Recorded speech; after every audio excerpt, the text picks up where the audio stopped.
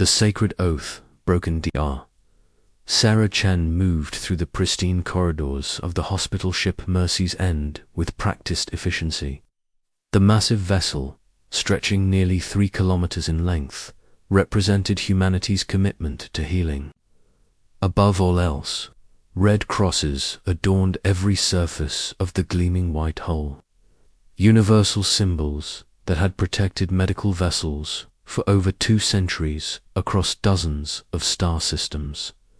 Sarah paused outside Ward 7, checking her tablet for patient updates. Inside, beings from 12 different species recovered side by side. The ward's soft blue lighting had been carefully calibrated to comfort most known alien physiologies, while specialized air filters maintained atmospheric conditions suitable for everyone aboard. Dr. Chen, good morning, chirped Zix, a crystalline Altarian whose silicon-based body sparkled under the ward lights. The young being had lost 3 of his light-conducting appendages in a mining accident on the frontier world of Kepler-9. My photosynthetic functions are improving. When might I return to my work collective? Sarah smiled warmly, consulting her readings. Your cellular regeneration is ahead of schedule, Zix. Another week and you'll be growing new appendages, just fine. She made notes on her tablet, switching between 3 different medical databases to ensure the mineral supplements she prescribed would integrate properly with Altarian biochemistry. Moving to the next bed, she found Thorac, a massive Dromalian whose bear-like appearance belied his gentle nature. The herbivorous giant had been caught in crossfire during a border skirmish between 2 minor factions. Plasma burns covered nearly 40% of his thick hide. The pain medication still works well, Dr. Human Sarah, Thorac rumbled in his deep voice, but I worry about my cubs. They depend on the fruit harvest I coordinate. Without me, they may go hungry this season. Sarah placed a reassuring hand on his massive paw. Captain Webb has already sent word to the Dromalian embassy about your situation. Emergency food supplies are being arranged for your region. Focus on healing so you can get back to your family. The Dromalian's small eyes filled with tears of gratitude. Humans are strange creatures. You fight wars, yet you heal your enemies. You build weapons, yet you also build ships like this one. I do not understand your species, but I am thankful for your kindness. As Sarah continued her rounds, she reflected on Thorac's observation. The Mercy's End was one of 50 hospital ships in the human fleet, each one representing billions of credits that could have built warships instead. Yet humanity had chosen to invest in healing, earning them respect across the galaxy even as various species warred with each other. Captain Marcus Webb found Sarah in the ship's central medical bay 3 hours later. The veteran spacer had commanded hospital ships for 15 years after transitioning from the merchant marine. His weathered face bore the weight of responsibility for the 52,000 souls aboard his vessel. Sarah, we've received a distress signal, Webb announced, his voice carrying the authority of command. Coraxian battlecruiser, heavily damaged, approximately 8 hours from our position. Initial scans suggest massive casualties. Sarah looked up from the surgical schedule she was reviewing. Coraxians, their physiology is tricky. We'll need to prepare specialized equipment for their dual circulatory systems. How many wounded are we looking at? Unknown. Could be anywhere from 200 to 1,000 crew members. Webb paused, studying her expression. I know what you're thinking. We're already at 95% capacity. But you know our standing orders. No one dies alone in the void, Sarah finished, reciting the motto of the hospital ship service. I'll alert all departments. We'll make room somehow.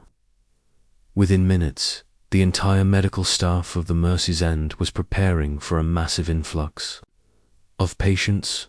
Operating theaters were sterilized and prepped. Blood synthesis units began producing Coraxian-compatible hemoglobin. The pharmaceutical department started mixing medications that would work with Coraxian metabolisms. Nurse Commander Lisa Rodriguez coordinated the preparations with military precision. A former combat medic who had served in 3 different conflicts, she understood the chaos that accompanied mass casualty events. Her staff of 8,000 medical personnel moved with practiced efficiency.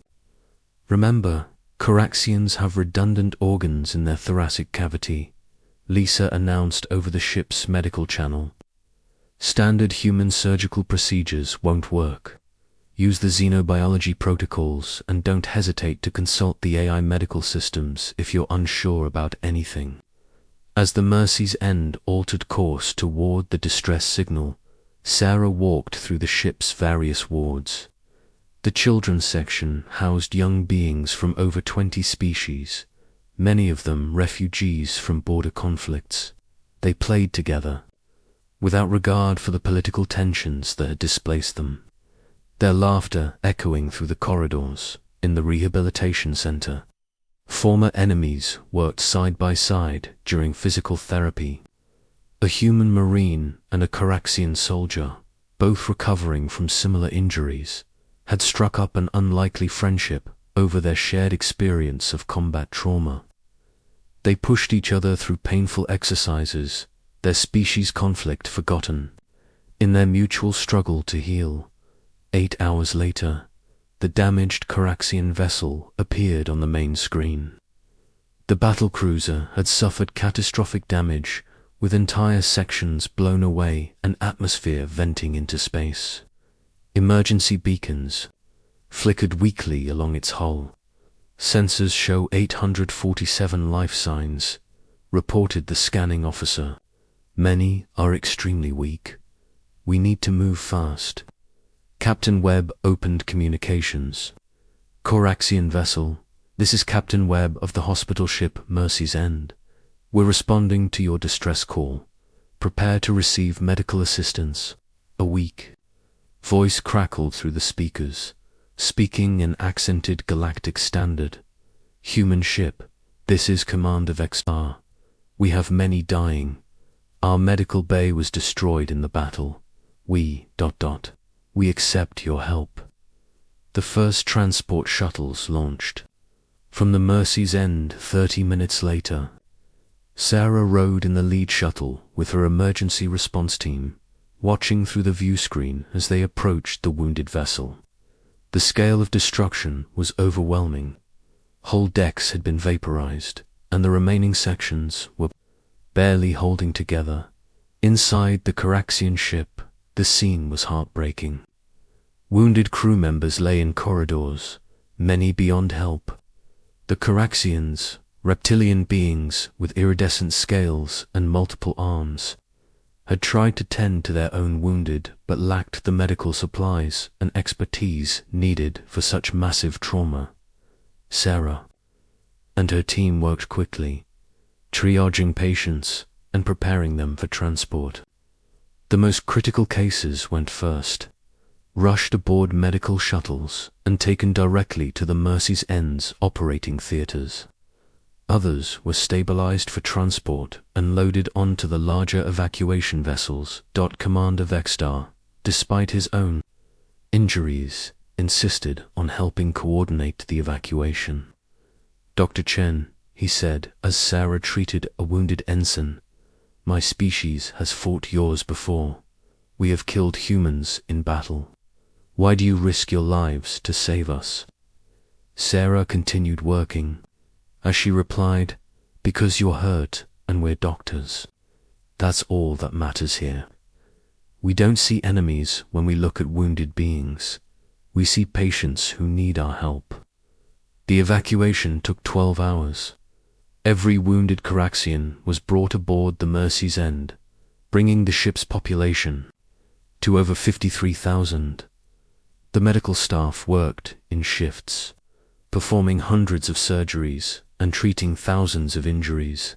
The ship's systems strained under the load, but no one complained. 3 days later, as many of the Coraxian patients had stabilized and begun recovery, long-range sensors detected an approaching fleet. Captain Webb studied the tactical display with growing concern. 18 ships, heavy cruiser class, reported the tactical officer. Configuration matches the Zephyron Dominion fleet. They're powering weapons and heading straight for us. Webb opened communications immediately. Zephyron fleet, this is Captain Webb of the hospital ship Mercy's End. We are a medical vessel operating under galactic conventions. We have wounded from multiple species aboard, including Zephyron prisoners of war receiving medical treatment. The response was cold and harsh. Human medical ship, this is Admiral Krexthal of the Zephyron Third Fleet. You will surrender immediately and submit to boarding. Your ship is suspected of harboring enemy combatants and intelligence. Sarah joined Webb on the bridge, her medical coat still stained from emergency surgery. Captain, they can't be serious. The medical conventions are sacred. No one attacks hospital ships. Admiral Krexthal's voice came through the speakers again. You have 10 minutes to comply with our demands. Lower your shields and prepare for boarding, or we will consider you a hostile vessel. Webb tried reason. Admiral, we have 53,000 patients and medical staff aboard. We're transmitting our complete medical manifests. You'll see we have wounded from 17 different species, including your own people. This is a hospital ship, clearly marked and operating within international law. Your time is running out, human. 9 minutes. Captain Webb looked around his bridge crew, then at Sarah. Begin emergency evacuation procedures. All non-essential personnel to the escape pods.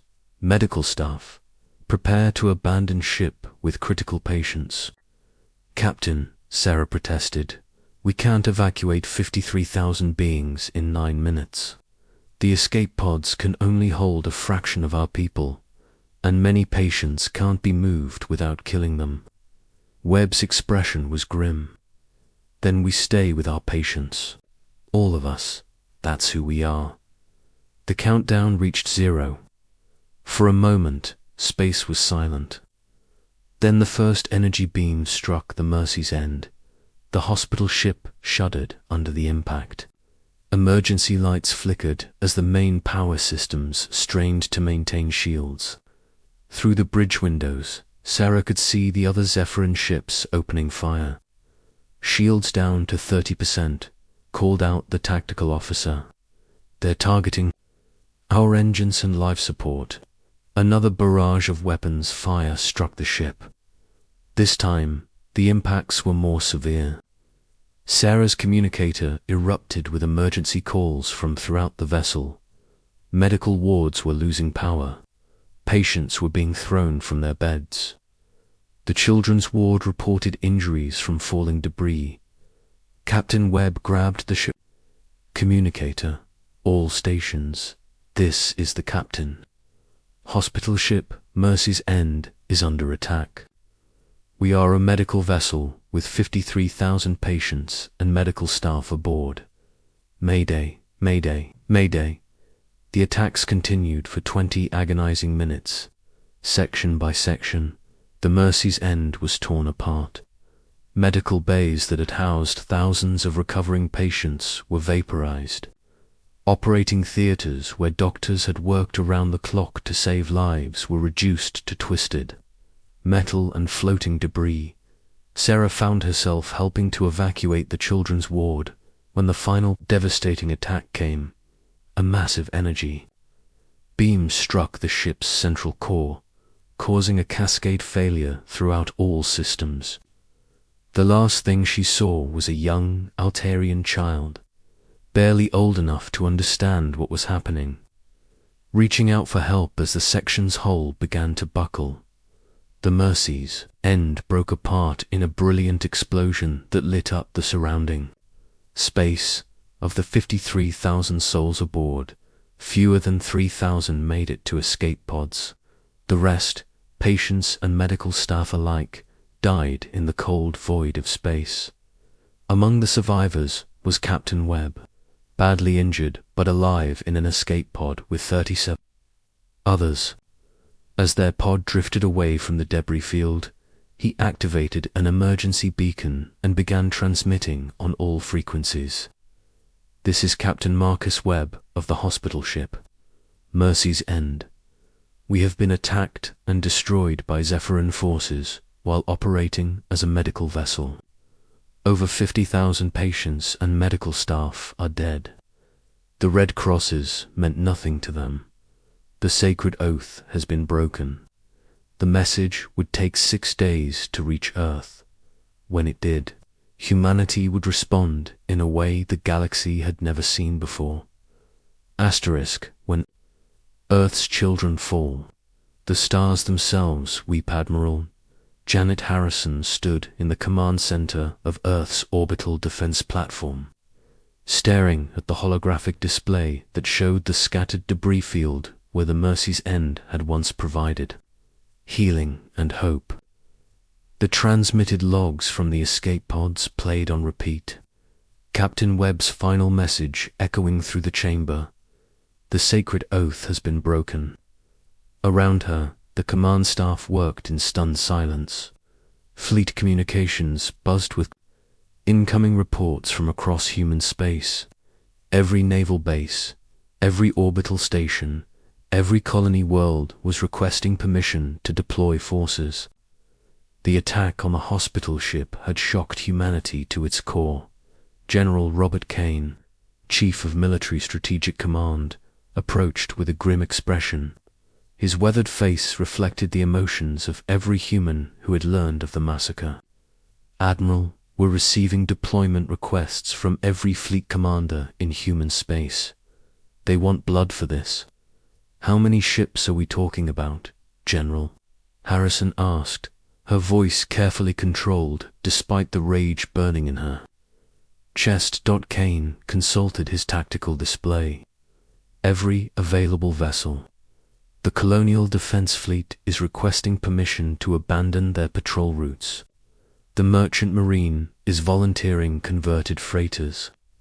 Even the Academy training squadrons want to join the response force." Harrison processed the unprecedented scale of the proposed deployment in humanity's 300-year history of space. They had never assembled such a massive fleet. Wars had been fought with hundreds of ships. This would involve thousands. Ambassador Alina Volkov entered the command center, her diplomatic credentials giving her access to the highest levels of human government. Her normally composed demeanor showed cracks of barely contained emotion. "Admiral Harrison, I have been in contact with the Galactic Council. They're calling for an emergency session to address the attack on the hospital ship. What's their position?" Harrison asked, though she could guess. Officially, they condemned the attack and called for measured response. Unofficially, several species are terrified of what humanity might do. The Zephyrin ambassador has requested protection, claiming their fleet acted without authorization. General Kane's laugh was bitter. Without authorization. They coordinated 18 ships in a deliberate attack on a clearly marked medical vessel. There's no claiming this was a rogue action. The holographic display updated with new information. Earth's major shipyards had begun emergency production protocols. Mothballed vessels were being brought back to service. Reserve fleets were activating across 30 star systems. The scale of mobilization was unprecedented in galactic history. Captain Alex Morrison, commander of the flagship Unbreakable, arrived with the latest fleet deployment reports. "Admiral, we're looking at over 8,000 combat vessels available within 2 weeks. The Titan-class dreadnoughts from the Saturn shipyards are requesting permission to deploy. That's firepower equivalent to most species' entire naval forces. Harrison nodded grimly. And Admiral Reeves' Deep Space Exploration Fleet. They've abandoned their survey missions and are heading back. Another 2,000 ships, including the heavy research vessels that can be quickly converted to combat configuration. Ambassador Volkov studied the deployment numbers with growing concern. Admiral, this level of response could be seen as excessive. The galactic community expects proportional retaliation. What you're proposing could destabilize the entire sector. Excessive. Harrison's voice carried an edge that made everyone in the command center stop their work and listen. Ambassador, they murdered 50,000 people whose only crime was trying to heal the sick and wounded. Doctors, nurses, patients from dozens of species, children who had never held a weapon. Our people died trying to save the very beings whose governments now call for restraint. The Admiral turned to face the massive stellar map that dominated one wall of the command center. Thousands of stars glittered across the display, representing the vast territories of dozens of different species. Humanity has been patient. We've been reasonable. We've built hospital ships instead of warships, chosen healing over conquest, but they've pushed us too far. General Kane activated the fleet communication system, connecting him to every human. Naval base across known space. All fleet commanders, this is General Kane with Fleet Order Alpha. Operation Darkening Star is authorized. I repeat, Operation Darkening Star is authorized. Across human space, the response was immediate. Orbital shipyards that had been producing hospital ships and exploration vessels retooled their production. Lines for warships. The massive industrial capacity that humanity had built over 3 centuries turned toward a single purpose: assembling the largest military fleet in galactic history. The first wave launched from Earth orbit 72 hours. After the attack, 500 ships of various classes, led by Admiral Harrison aboard the super dreadnought Retribution. The vessel alone was larger than most species' capital ships, bristling with weapons, systems, and defensive technologies, developed over decades of peaceful research. Captain Morrison stood beside Harrison on the bridge of the Retribution as they jumped to hyperspace. Admiral, the second wave will be ready in 4 days. Another 1,000 ships, including the new Prometheus-class carriers with their fighter wings. And the third wave, Harrison asked. 2 weeks after that, the remaining fleet elements, including the experimental vessels from the Black Projects Division, total deployment, over 10,000 ships. The scale was staggering. Most galactic conflicts involved hundreds of vessels. Humanity was preparing to deploy a fleet larger than many species' populations. As they traveled toward Zephyrin space, reports came in from across the galaxy. The Altarian Collective had issued a statement of support for humanity's response. The Federation offered their territory as staging areas for human forces. Even species that had been neutral in previous conflicts were choosing sides. The Coraxians, whose crew had been aboard the Mercy's End when it was destroyed, went further. Commander Vexter, now recovered from his injuries, addressed his governments. High Council, the humans saved my life and the lives of my crew. They died protecting us from their own enemies. We owe them a blood debt that can only be repaid in battle. Within days, the Coraxian fleet had joined the human armada. Other species followed. The coalition of forces, heading towards Zephyrin space, grew beyond anything the galaxy had ever seen, Ambassador Volkov maintained. diplomatic contact with various governments as the fleet advanced. The Galactic Council is in emergency session, she reported to Admiral Harrison. They're calling for immediate ceasefire negotiations. The Zephyron Dominion is claiming they're willing to make reparations for the attack. Harrison's response was measured but implacable. Reparations won't bring back Dr. Chen or Captain Webb or the 50,000 others who died. They won't heal the trauma suffered by the survivors. This isn't about money or territory. This is about justice. The human fleet's advance created phenomena never before recorded in galactic history, as thousands of ships traveled in formation. Their combined mass affected local gravitational fields. Star systems along their route detected gravitational anomalies days before the fleet arrived. Some smaller planets experienced tidal effects from the passing armada when long-range sensors first detected the approaching human fleet. Command initially dismissed the readings as sensor errors. No single species could field such a massive force. When confirmatory scans verified the numbers, panic spread through their military hierarchy. Admiral Krextel, who had ordered the attack on the Mercy's End, found himself facing a fleet larger than his entire species' navy. The 18 ships that had seemed so powerful when attacking a defenseless hospital ship now appeared pathetically small against the approaching human armada. The fleet's arrival at the edge of Zephyron space was visible from the surface of their homeworld.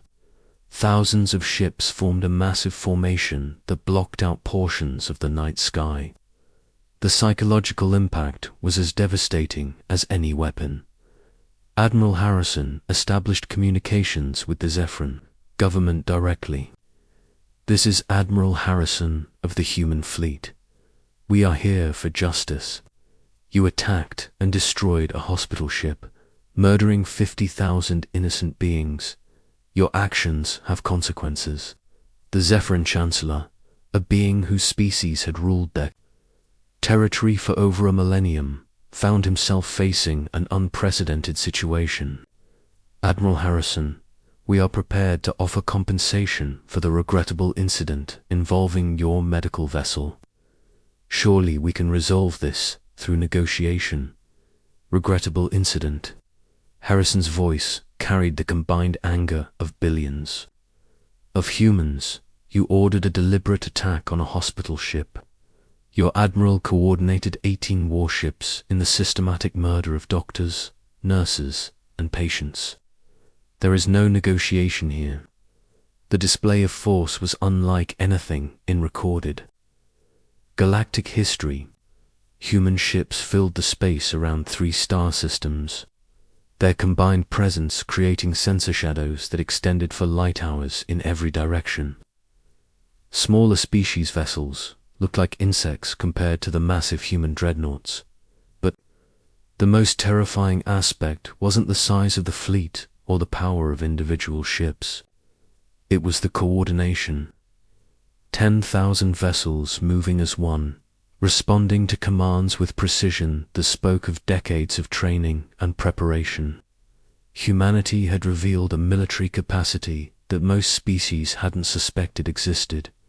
The Dominion's surrender came without a single shot being fired by the human fleet.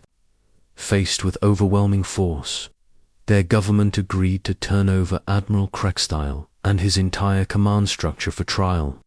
Reparations were agreed upon, including the construction of new hospital ships to replace the Mercy's End, but the real change went deeper than treaties or reparations. Word of humanity's response spread throughout the galaxy. Species that had dismissed humans as weak healers and merchants suddenly understood the true nature of human civilization. They chose to build hospital ships not because they couldn't build warships, but because they preferred healing to killing. The galaxy learned that humanity's greatest strength wasn't their technology or their fleet size. It was their moral consistency.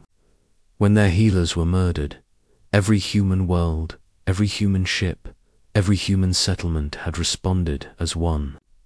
No political division, no territorial dispute, no economic consideration had mattered more than protecting those who dedicated their lives to saving others.